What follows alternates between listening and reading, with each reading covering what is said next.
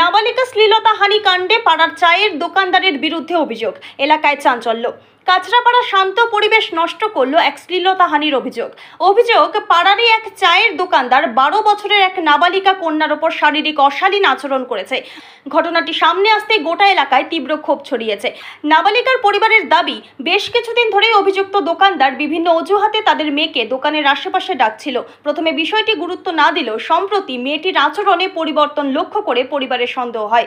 পরে নাবালিকা ভয়ে কাঁপতে কাঁপতে মাকে পুরো ঘটনার কথা জানায়। ঘটনার পরে পরিবার কাছড়াপাড়া থানায় লিখিত অভিযোগ দায়ের করে। পুলিশ দ্রুত ঘটনাস্থলে পৌঁছে তদন্ত শুরু করেছে।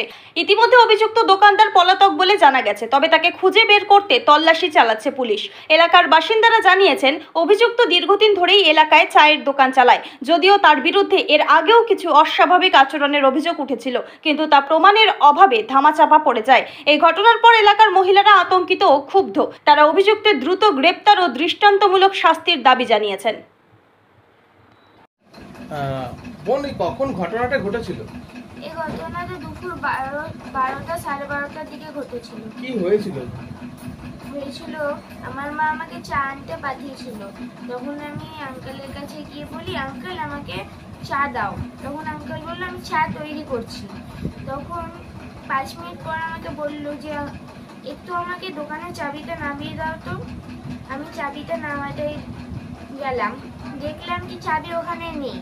আমি আঙ্কেলকে বললাম, আঙ্কেল ওখানে তো কোনো চাবি নেই। আঙ্কেল বললো স্টুল নিয়ে দেখো চাবি হবে। আমি স্টুল নিয়ে দেখলাম। আমি যখনই বলতে যাবো কি আঙ্কেল চাবি নেই, তখনই সে আমাকে পিছন থেকে চাপতে ধরে আমার খুব জোরে জোরে টিপতে লাগলো আর আমার গাড়িতে কিস করলো। আমি বলতে লাগলাম আঙ্কেল আমাকে ছেড়ে দাও। আঙ্কেল আমাকে ছাড়ছিল না। আমি জোর জবরদস্তি করে আঙ্কেলকে ধাক্কা ধাক্কা দিয়েছি। ওর পরে আঙ্কেল আমাকে বললো এই কথাটা তুমি কাউকেও বলো তাহলে তোমার ক্ষতি করে দেবো। তারপর আমি দৌড়াতে দৌড়াতে বাড়ি ফিরে আসলাম। মা আমাকে কাটতে দেখে বলল কি হয়েছে, তখন আমি এইসব কথা বললাম। তো এর আগেও কি যেতে তার দোকানে? হ্যাঁ যেতাম। ওনার নাম? ওনার নাম মুন্না ঠাকুর। এর আগে কি কখনো এরকম করেছিল না এই প্রথম? এটা প্রথম। আজকে কি কোর্টে গেছিলে? হ্যাঁ। তো তাকে পুলিশ অ্যারেস্ট করেছে, তাই তো? ঘটনাটা ঘটেছিল আগামীকাল দুপুর 12:30 নাগাদ। আমি আমার পাড়ার চায়ের দোকান মুন্না বলে নাম, তার মুন্না ঠাকুর, তার দোকানে আমার মেয়েকে পাঠাই চা আনতার জন্য। সে যত চা আনতে যায়, সেখানে মুন্না দা বলে যে তুই একটু দাঁড়া, আমি তোকে চা তৈরি করে দিচ্ছি, তুই ততক্ষণ আমার দোকানের চাবিটা একটু এনে দে, আমি দোকানটা বন্ধ করব। তো আমার মেয়ে না বুঝে বলে ঠিক আছে আঙ্কেল, আমি চাবিটা এনে দিচ্ছি। তখন দোকানের ভেতর অন্য কেউ ছিল না এবং আশেপাশের দোকানগুলোও বন্ধ ছিল। তো ওই দোকানের ভেতরেও চাবি খুঁজতে লাগে, কিন্তু সে চাবি পায় না। তখন সে টুল এগিয়ে বলে টুলের ওপরে উঠে দাঁড়িয়ে চাবিটা দেখ। সে আমার মেয়ে টুলের ওপরে উঠে দাঁড়িয়েও দেখতে চায় যে চাবি নেই। তখন সে বলে আঙ্কেল চাবি তো নেই। এই কথা বলে সে নামতে যখন যাচ্ছিল, তখনই তাকে পেছন থেকে জাপটে ধরে এবং তার সামনে নানা রকম প্রতিক্রিয়া করতে থাকে, তার গালে চুম্বন করে এবং তাকে আষ্টে পিষ্টে ধরে অসভ্যতামি শুরু করে। এবার যখন সে করতে থাকে, তখন আমার মেয়ে বলে আঙ্কেল তুমি ছাড়ো। তখন সে তাকে ধুমকি দেয় যে যদি তুই এই কথাটা তোর মাকে বা তোর বাবাকে জানাস, তাহলে তোর কিন্তু চরম ক্ষতি হয়ে যাবে। আমরা তো দেখুন ছোটোবেলা থেকে দেখেছি ভালো। আমার হাজব্যান্ড, আমার স্বামী এবং আমার দেওর ওখানে বসে চা খেত, পেপার পড়তো, ভালো বলেই আমরা জানতাম। উনি যে এই নোংরামো কাজটা আমার মেয়ের সাথে করবে, আমরা কোনো দিন ভাবতেই পারিনি। কারণ আমার মেয়েকে সে ছোটোবেলা থেকে দেখেছে, ছোটোবেলায় জন্মাতে দেখেছে, ছোটোবেলার প্রথম চুলটা পর্যন্ত তার হাত ধরে কেটেছে, যেহেতু তার সেলুন ছিল। সে যে এইরকম অপকর্ম করবে, তার একটা 5 বছরের মেয়ে আছে, সে যে এই অপকর্ম করবে আমি কোনো দিন ভাবতেই পারিনি। হ্যাঁ, তার বাড়ি এখানেই, আমাদের পাড়াতেই।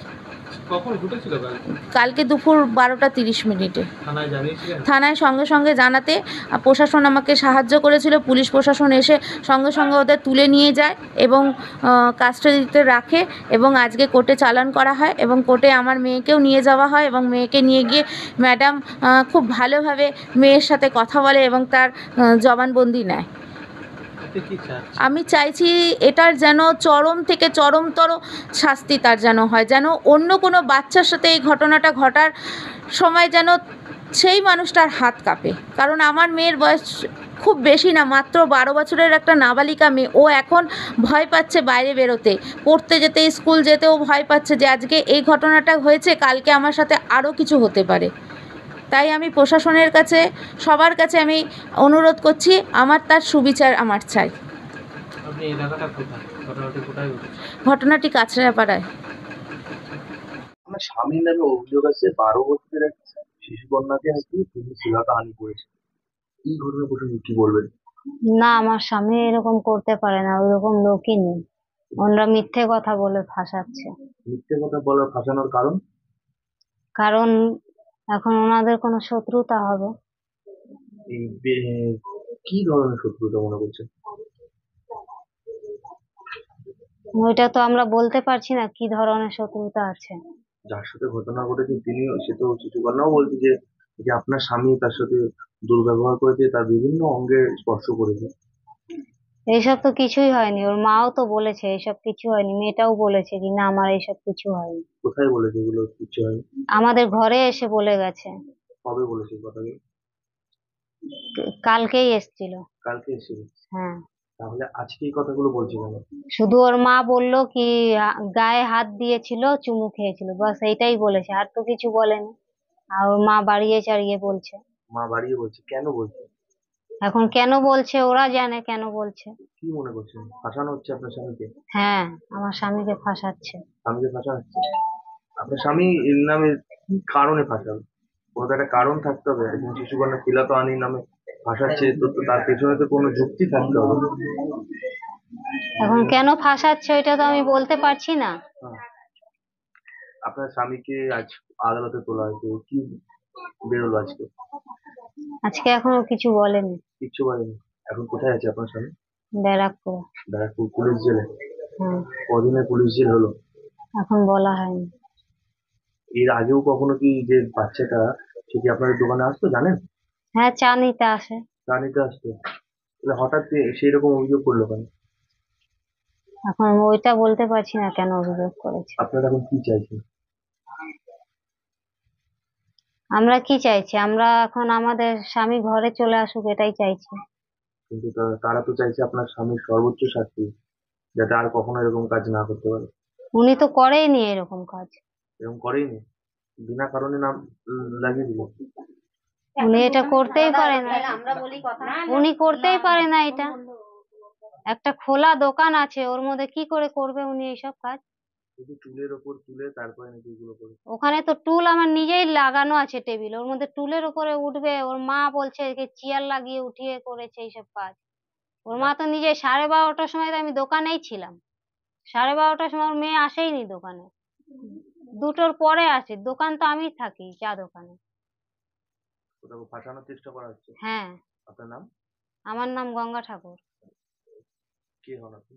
আমি ওনার বউ হয়। আপনার স্বামীর নাম? মুন্না ঠাকুর।